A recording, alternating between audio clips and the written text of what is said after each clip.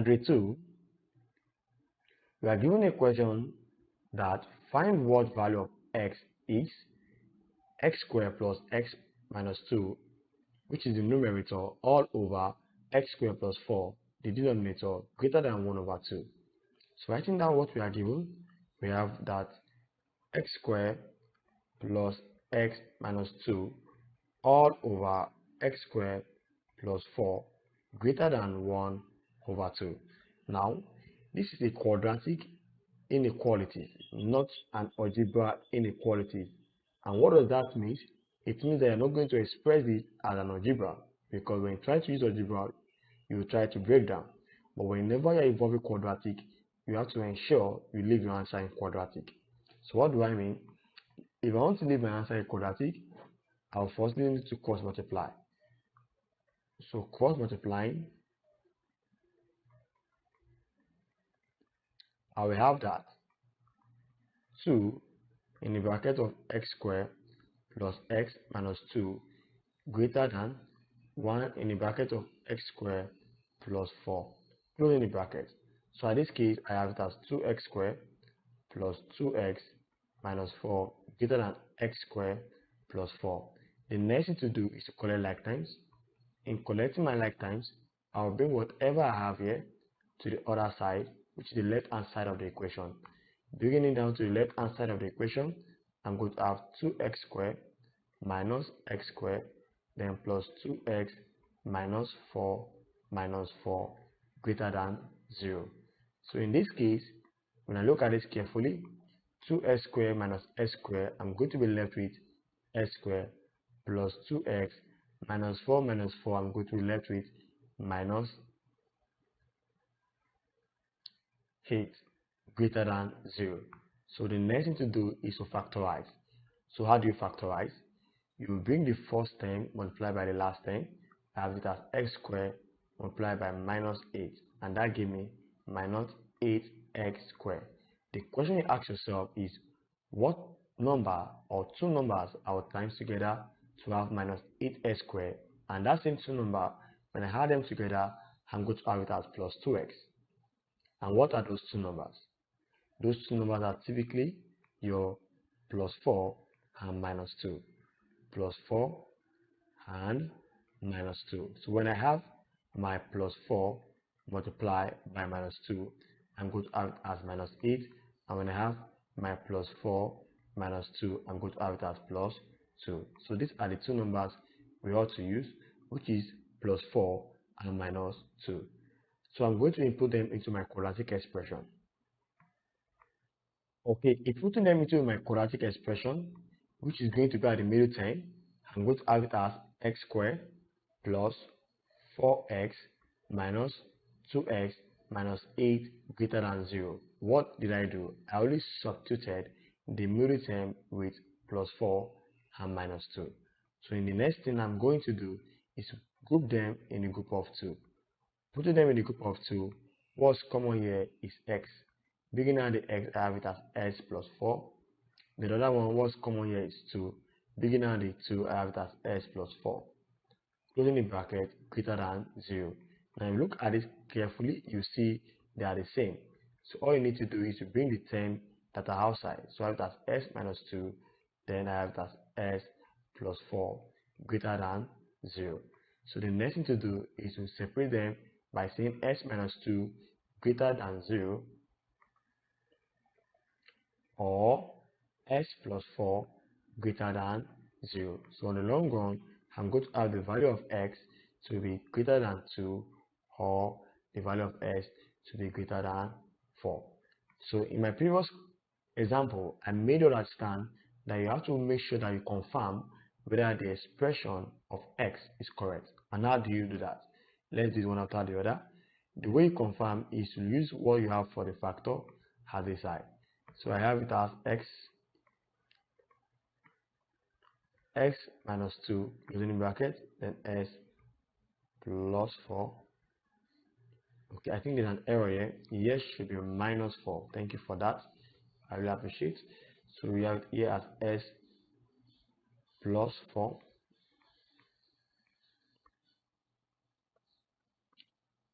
greater than 0. So what I need to do is that I'm going to make sure that the value of x greater than 2 or the value of x greater than minus 4, whether it's correct or not. So let's pick it one after the other. What are the expression of x greater than 2? We have 3, 4, and so forth. Likewise, if you come to this case, to the other one, what are the expression of x greater than minus 4? We have minus 3, comma minus 2. So we want to know whether it's true or not. Bringing the first one, which is 3. So when I try to input 3 at this side, I'm going to have 3 minus 2 in bracket 3 plus 4. So 3 minus 2 is 1, and 3 plus 4 is 7. And that's giving 7. So the value of 3 when it was inputted was 7. So let's put it at the bottom. So let's see the value of 4. Inputting the value of 4, I have it as 4 minus 2, then 4 plus 4. 4 minus 2 is 2, multiplied by 4 plus 4 is 8, and that gives me 16. So I have here to be 16. So if you look at this carefully, you will see it's increasing, and that's correct. It means that the value of x is greater than 2. So this is how you confirm your answer. Let's consider the other one, which is our x greater than minus 4. Coming to the other one,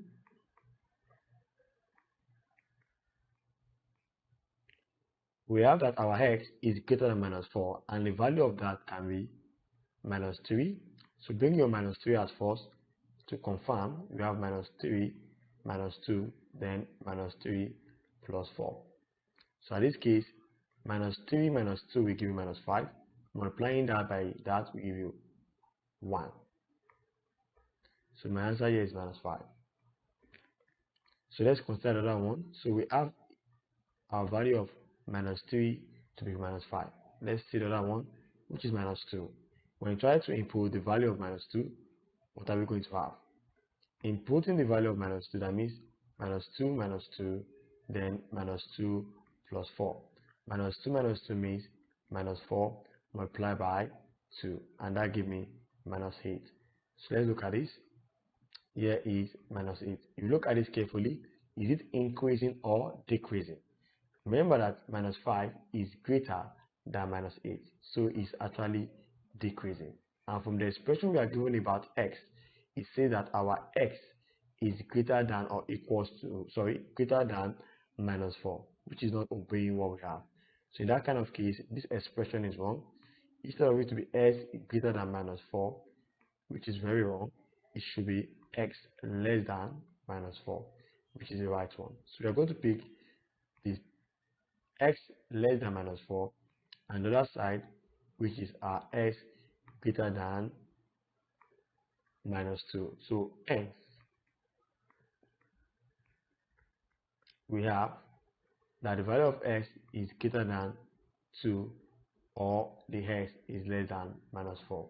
Representing this on a number line, I'm going to have something like this: 0, then you know your minus 4 should always be at the side, then your 2 should always be at the side.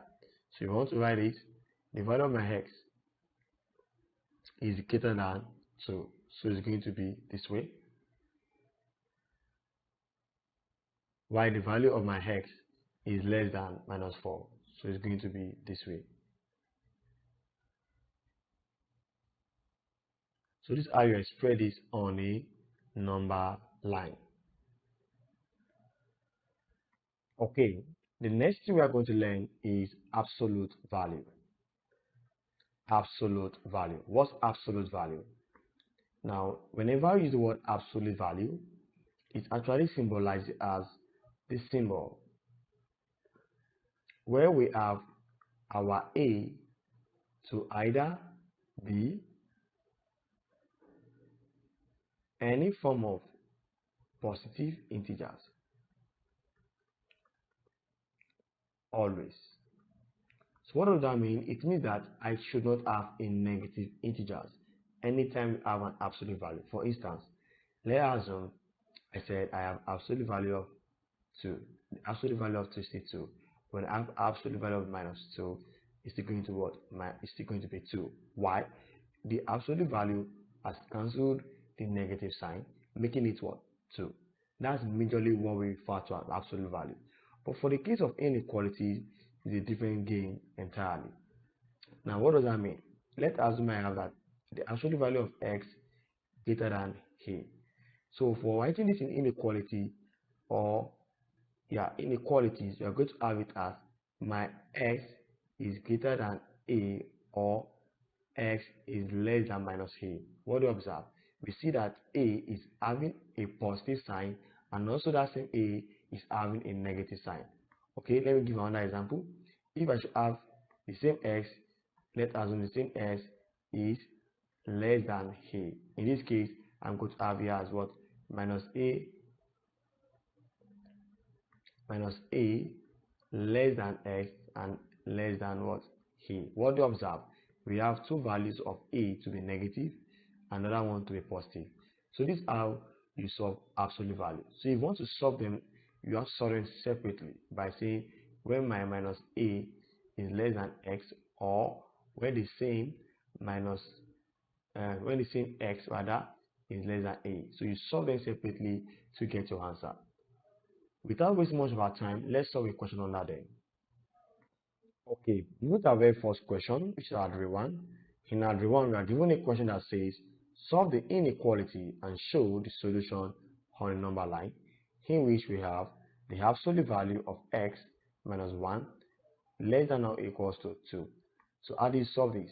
In solving this, like I told you, we are going to have two answers of 2 by saying our minus 2 less than or equals to x minus 1 less than or equals to 2. So this is how we are going to express it. So in this case, you have to separate them by saying minus 2 less than or equals to x minus 1, or the same thing, x minus 1 less than or equals to 2. So whatever value you have here separately and also whatever value you have here separately, we are going to represent them on the number line. So picking them one after the other. So the first one was minus 2 less than or equals to x minus 1 minus 2 less than or equals to x minus 1. So solving this, I have that what? Minus 2 plus 1 less than or equals to x. So we have it as minus 1 less than or equals to x. So this was the first value of x I have. And let's consider another one. We have x minus 1 less than or equals to minus 2. In this case, you can bring it as x equals, you can bring it as x less than or equals to 2 plus 1. So in this case, x is less than or equals to 3. So we have the value of x to be less than or equals to 3. Now we can write this on a number line. The first one was that our x is greater than or equals to minus 1, and the other one is that our x is less than or equals to 3. So writing this on a number line, if here is 0, we already know that our negative integers is always at the left hand side and our positive integers is always at the right hand side. So writing this, I'm going to have that my x is greater than, so it's going to be in this direction, the value of my x, while the other one, for the other one, which is x is less than 3, is going to be in this direction. That's the value of my x. Now you have to be careful. They said equals to. It means you need to change the circle. We need to change the circle. So this is how you represent this on the number line.